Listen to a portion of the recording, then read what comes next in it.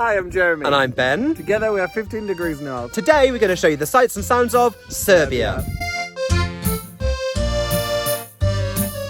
Serbia sits at the centre of the Balkans and is the largest of the states that used to make up Yugoslavia. Completely landlocked, its relation with its neighbours have been somewhat strained over the years, having fought in several wars against them.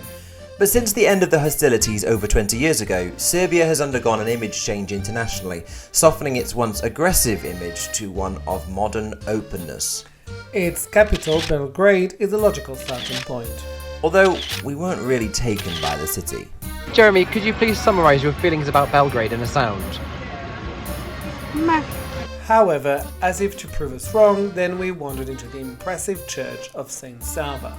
You'd be forgiven for thinking that this enormous Orthodox church was built many centuries ago, but actually it was built at the end of the 20th century. Seriously? Well, the first stone was laid in 1935, but the whole project was put on hold when world events got in its way. In fact, the semi-constructed shell of the building was used as an arms depot by the occupying Nazis and then Tito's Yugoslav army.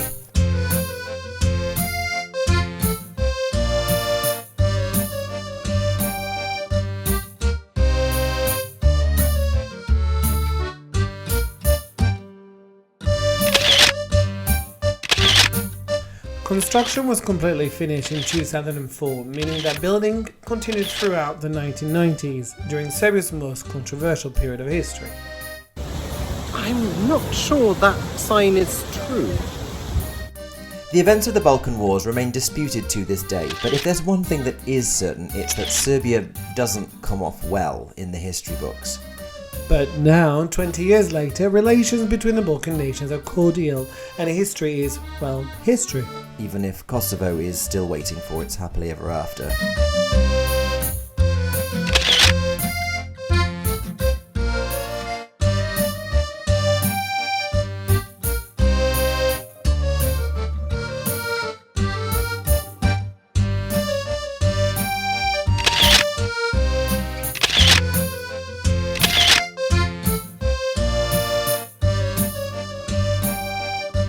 From Belgrade, we'll head out into the countryside.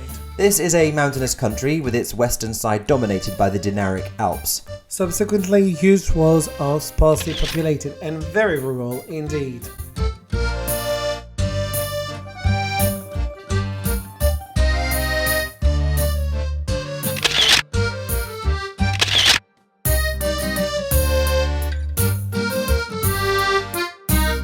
Well, I think that's absolutely bloody gorgeous. Do you see what I did there?